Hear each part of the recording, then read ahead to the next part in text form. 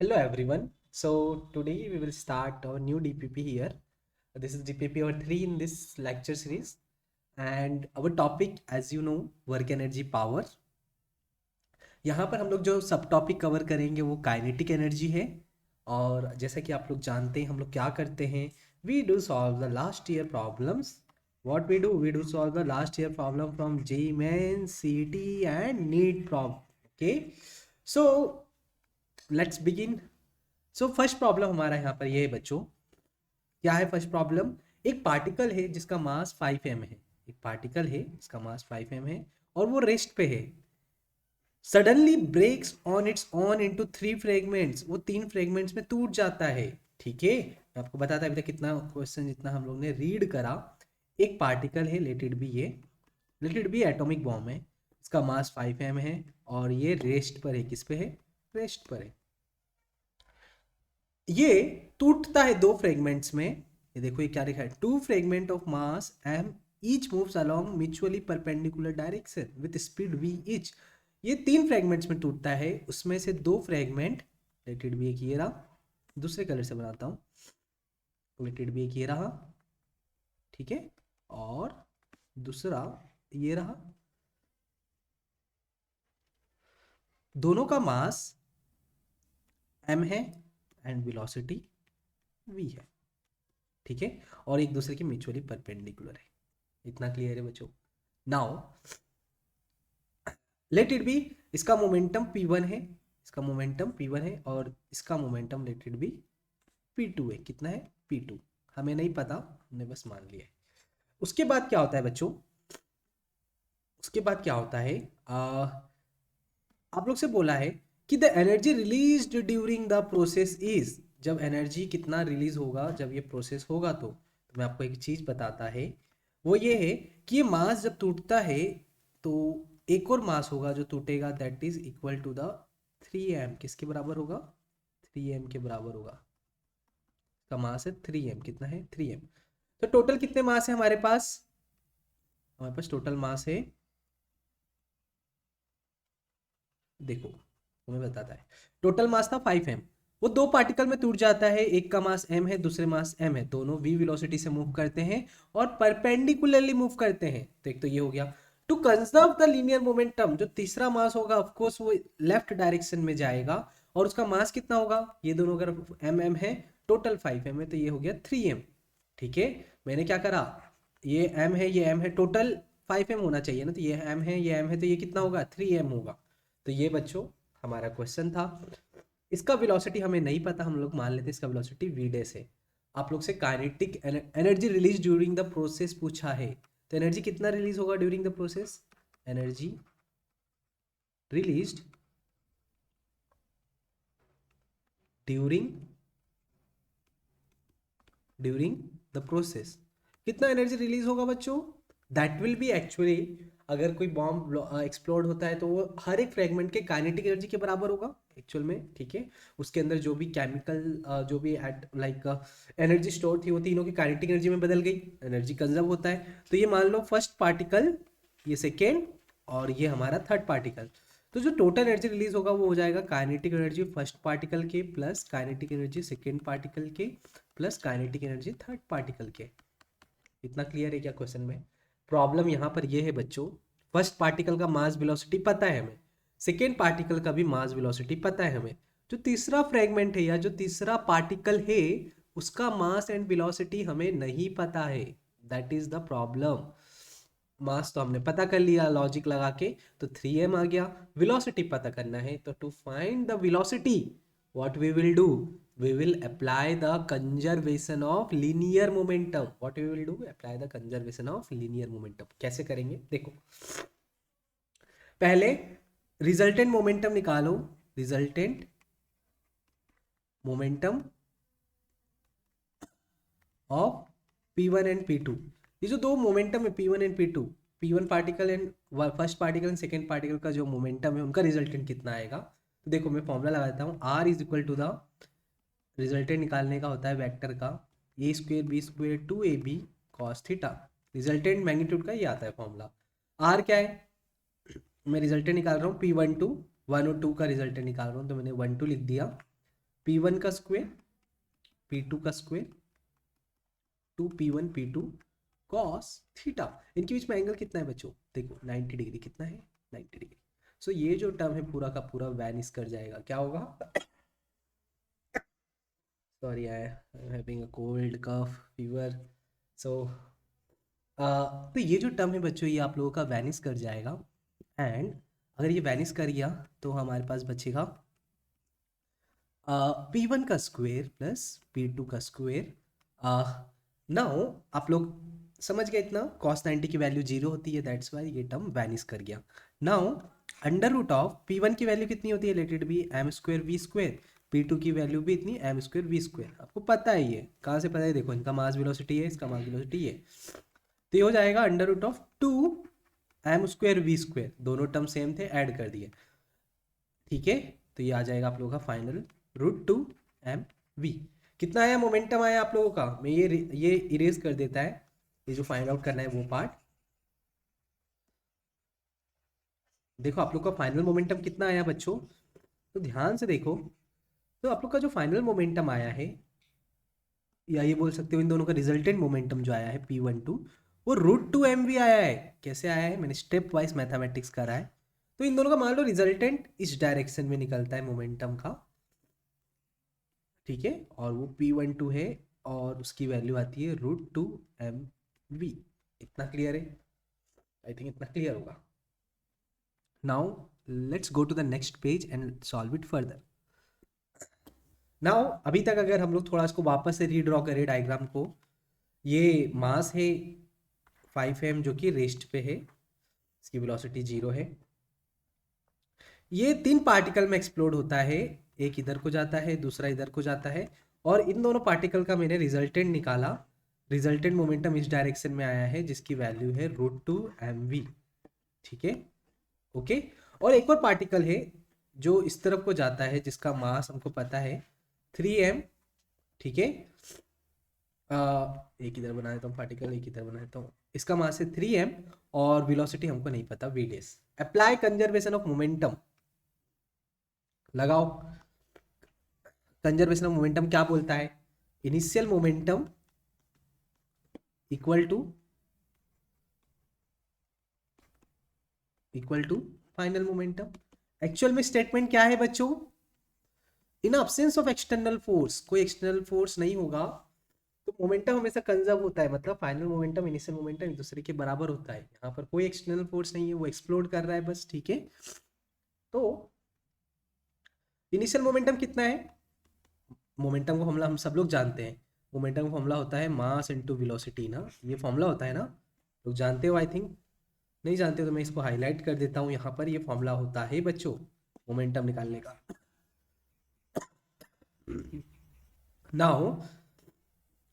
Now initial momentum is equal to the 5m into में velocity, into में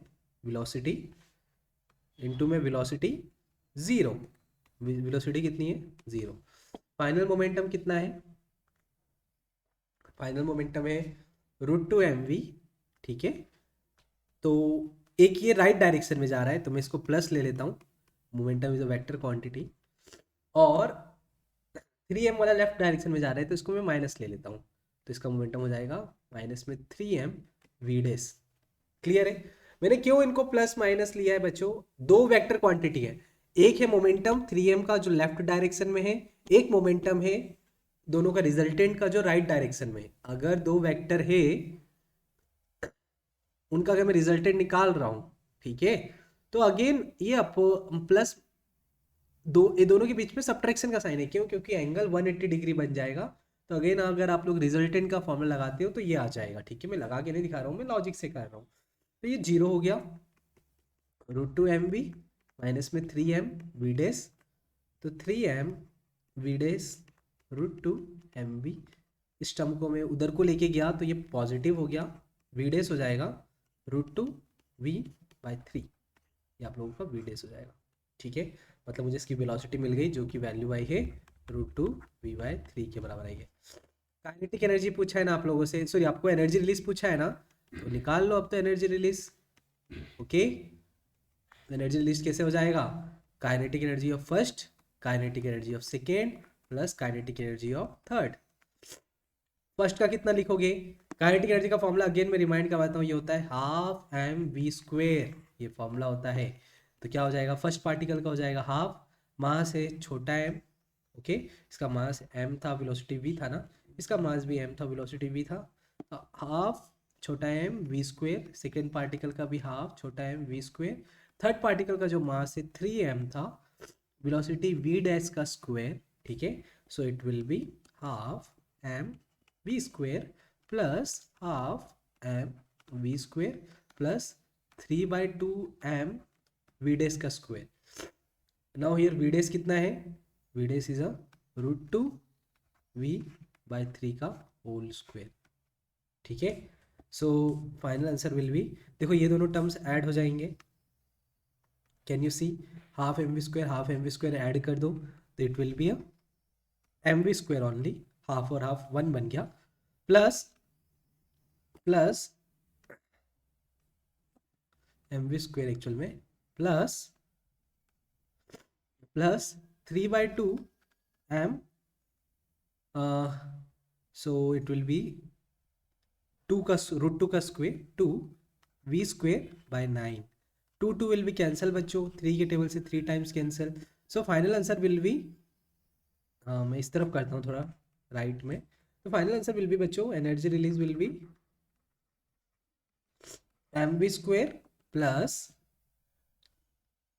plus M we square by 3, इसको solve करोगे तो ये आ जाएगा 4mv²/3, इतना आ जाएगा। सो हमारा कौन सा ऑप्शन है आप लोग चेक करो, बताओ, हमारा आंसर आएगा डी ऑप्शन। काफ़ी लेंदी प्रॉब्लम था, लेकिन आप लोग लॉजिक से कर सकते हो, डायरेक्ट लिख सकते थे, ठीक है, ये वाला स्टेप और इजीली हो जाता, वीडियोस फाइंड आउट करते और पुट कर देते, बट मैं आपको डिटेल्ड सॉल्यूशन बता रहा हूँ इसलिए थोड़ा लेंदी है। ओडिशा के नीट 2019 में आया ये, ठीक है। Now let's go to the next problem. बच्चों जो नेक्स्ट प्रॉब्लम है ना, तो ध्यान से देखना, आई थिंक आप लोगों को क्लियर होगा।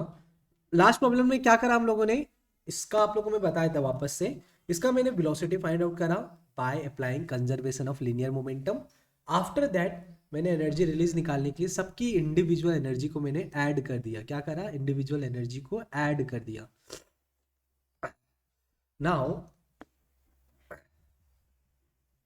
अब सेकेंड क्वेश्चन देखो, 2014 में आया हुआ है ये, एक बॉडी है मास 4m का, कितना है, एक बॉडी है 4m का, एक्स वाई प्लेन में है, एक्स वाई प्लेन में है, रेस्ट पे है, अगेन एक्स वाई प्लेन में है, रेस्ट पे, स्क्रीन को आप प्लेन मान लो, ठीक है, रेस्ट पे है, इसका मास है 4m, टू, और ये एक्सप्लोड करता है, अगेन बच्चों इसको एटम बॉम्ब की तरह मानो, और ये एक्सप्लोड करता है इस डायरेक्शन में, 3 फ्रेगमेंट्स में, 3 पीसेस में, 2 पीसेस है एक दूसरे के म्यूचुअली परपेंडिकुलर एम और वेलोसिटी v से मूव करते हैं, सेम काइंड ऑफ प्रॉब्लम, इन दोनों का 90 डिग्री है, और जो तीसरा पार्टिकल होगा, तो टोटल काइनेटिक एनर्जी बोला है, जो तीसरा पार्टिकल होगा टू कंजर्व द मोमेंटम इस डायरेक्शन में जाएगा, इसका मास m है बच्चों, इसका मास भी m है, तो इसका मास अपने आप 2m होगा, क्योंकि टोटल मास आपको 4m दिया हुआ है, मास कंजर्व रहता है, ओके।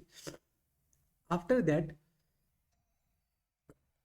दैट आप लोगों को क्या पूछा है यहाँ पर, आप लोग से बोला है कि 2m इसका अगर मास होता है, ठीक है, इसका मास 4m है, तो आप लोगों को पूछा है कि टोटल काइनेटिक एनर्जी कितना निकालेंगे। सेम वे में, इसका वेलोसिटी नहीं पता था, ये क्वेश्चन मार्क है, पहले आप लोग लीनियर मोमेंटम का लगाओ, इन दोनों का जो रिजल्टेंट होगा बच्चों, इन दोनों का जो रिजल्टेंट हो जाएगा वो √2mv आ जाएगा मोमेंटम का, ये रिजल्टेंट है P12, फर्स्ट पार्टिकल और सेकेंड पार्टिकल के मोमेंटम का रिजल्टेंट, आप लोग लगाओ तो मैं बता देता है। तो जब apply conservation of linear momentum लगाओगे तो 4m initial momentum final momentum एक दूसरे के बराबर होता है, initial momentum equal to the final, ठीक है।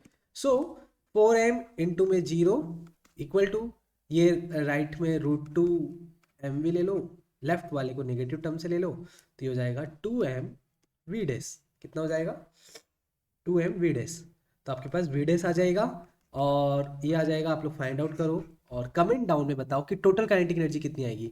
टोटल काइनेटिक एनर्जी कैसे निकालोगे बच्चों, सबका ऐड कर दोगे, फर्स्ट का पार्टिकल का एनर्जी, सेकेंड पार्टिकल का एनर्जी प्लस थर्ड पार्टिकल का एनर्जी, आपको बस इतना ही करने का है, same as it is the last problem.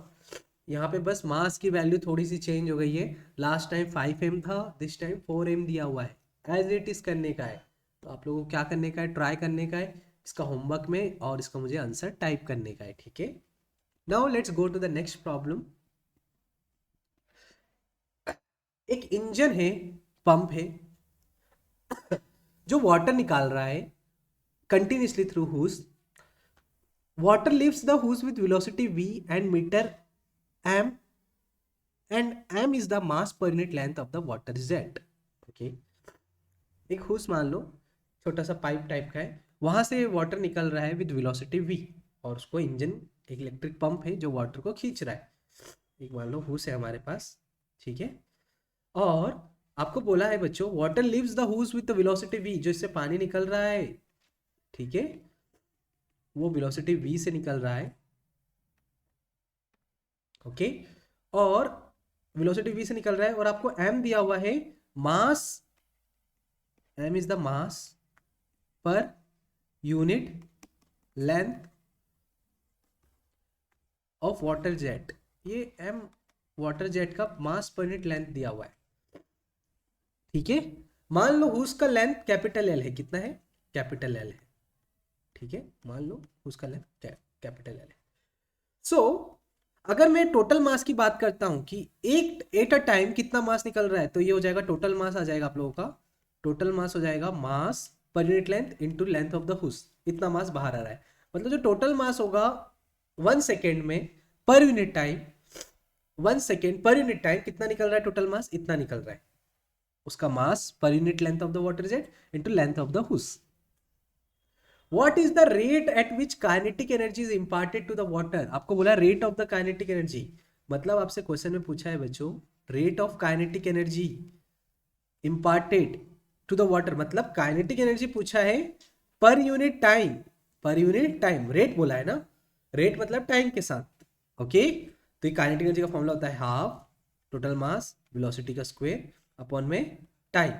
मास की अगर मैं वैल्यू रख देता हूँ तो ये हो जाएगा हाफ मास पर unit length into length velocity का स्क्वायर अपॉन में टाइम।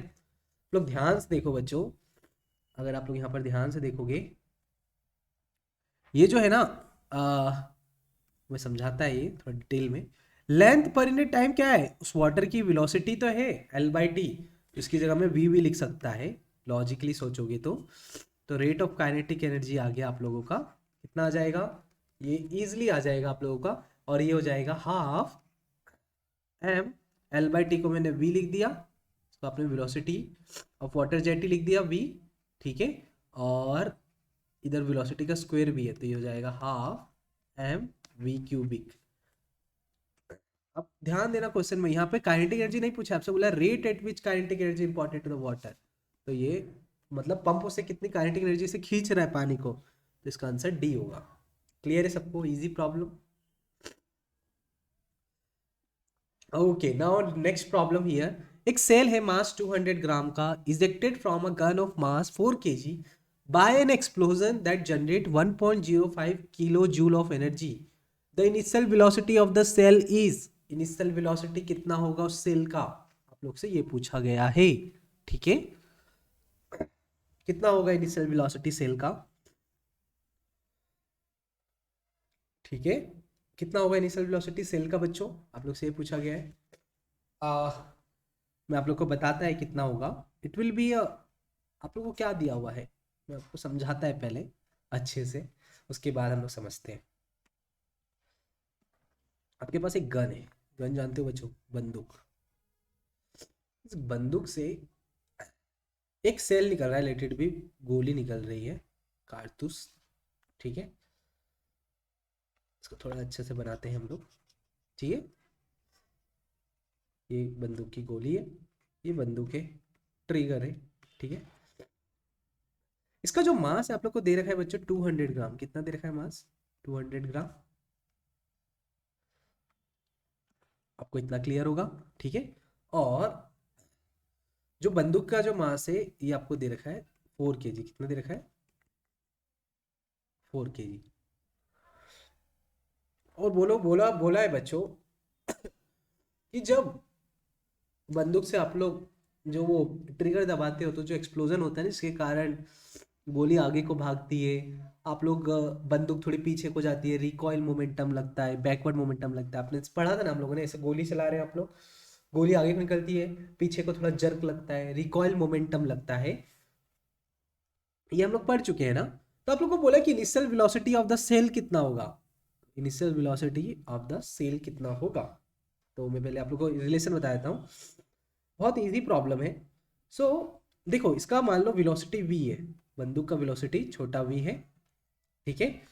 गोली का, बंदूक की गोली का वेलोसिटी छोटा v है, और लेट इट बी बंदूक जो पीछे या आगे को जाएगा वेलोसिटी v से, to conserve the linear momentum. To conserve the linear momentum, जो आपकी बंदूक होगी वो पीछे को जाती है, जर्क लगता है हमको, जिसको हम लोग बैकवर्ड वो भी बोलते हैं, ठीक है। बैकवर्ड मोशन होता है बंदूक की गोली का, ठीक है। रिकॉइल बोलते हैं, रिकॉइल ऑफ गन भी बोलते हैं। तो ये बीडे से मान लो पीछे को गई ना। होपफुली आप लोग क्लियर होगा। अप्लाई कंजर्वेशन ऑफ मोमेंटम बच्चों, ठीक है। तो मोमेंटम दोनों तरफ कंजर्व होगा, मतलब ये जो 200 ग्राम का जो बंदूक है, ठीक है, गोली है, इसकी वेलोसिटी भी ये होगा 4 kg इंटू में वीडेस के बराबर। दोनों का मोमेंटम कंजर्व होगा, इनिशियल मोमेंटम फाइनल मोमेंटम के बराबर होगा। तो आप लोग सोच भी सकते हो इसको, या ये आप लोग ऐसे भी कर सकते हो, थोड़ा और डिटेल में मैं बताऊं तो आप लोग डायरेक्ट इक्वेट भी कर सकते हो। ये भी तरीका सही है। और आप लोग ये सोच सकते हो कि बंदूक लोग पहले रेस्ट पे थे तो जीरो मोमेंटम हुआ उनका। ये जो बंदूक की गोली है लेफ्ट की तरफ जा रही है, इसका मास है 200 ग्राम, 200 ग्राम इंटू में वेलोसिटी वी डैश, माइनस में बंदूक पीछे को जा रही है, तो एक को माइनस ले लो, एक को प्लस ले लो, तो इसका मास है 4 और वी डैश। तो आप लोग ऐसे भी कर सकते हो। फिर एक टर्म को राइट पे ले जाना, तो यही स्टेटमेंट आ जाएगी अगेन हमारे पास, ठीक है। अब तो देखो मैंने इसको सॉल्व करता है फर्दर। 200 ग्राम, 200 बाय 1000, ग्राम को मैंने केजी में बदल दिया।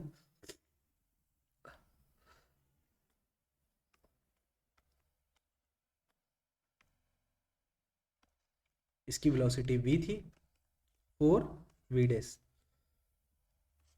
200 से कैंसिल हो गया बच्चों, 1/5 टाइम्स v/5, 4 नीचे को आ जाएगा, equal to the v dash. So v dash की वैल्यू आई v/20। ओके ओके, नाउ क्या करेंगे हम लोग, आपको टोटल एनर्जी रिलीज बोला है। एनर्जी एनर्जी जो रिलीज होगा वो किसके बराबर होगा बच्चों? Kinetic energy first plus kinetic energy second, दोनों के, मतलब गन और सेल के। कितना एनर्जी रिलीज हुआ है? 1.05 kilo joules. Okay, kilo joule मतलब 1.05 इंटू 10⁻³ जूल, ठीक है। ओके, फर्स्ट का काइनेटिक एनर्जी कितना हो जाएगा? हाफ मास, इसका मास मान लो जो भी दिया है, इंटू में छोटा वेलोसिटी का square plus half mass m dash v dash का स्क्वायर, ठीक है। थोड़ा लिख देता हूँ अच्छे से।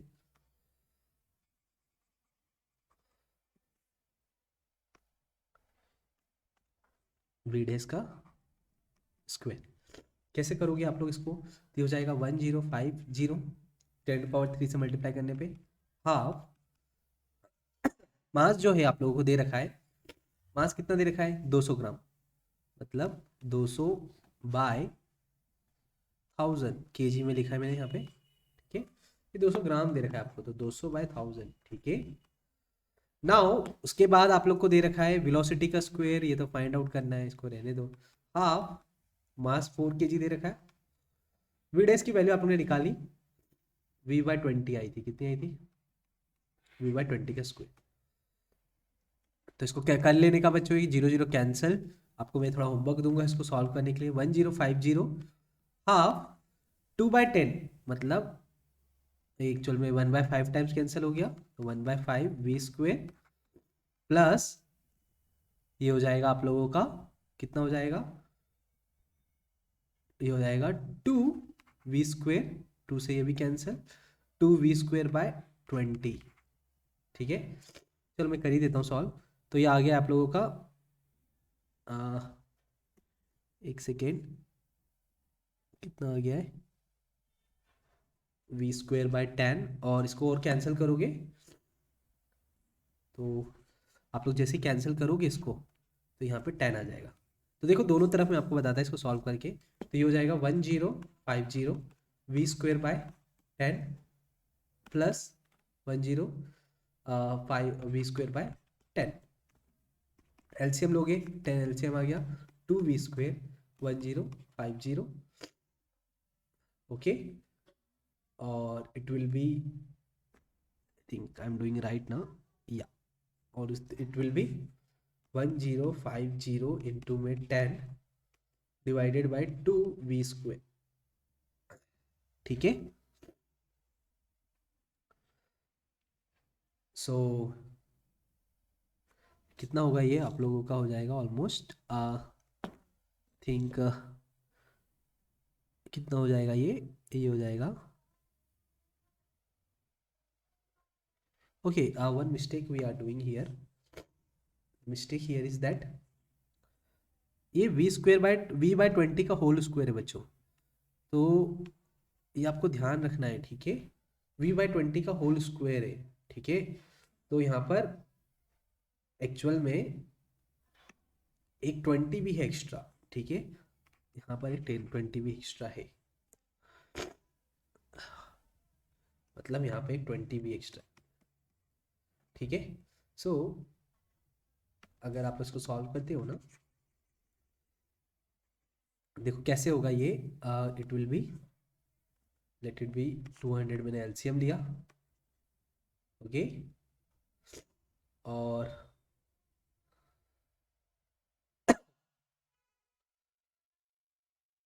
तो ये हो जाएगा 21 टाइम्स,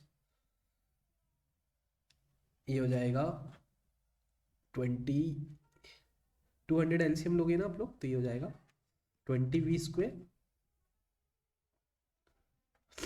है ना, प्लस v², तो इट विल बी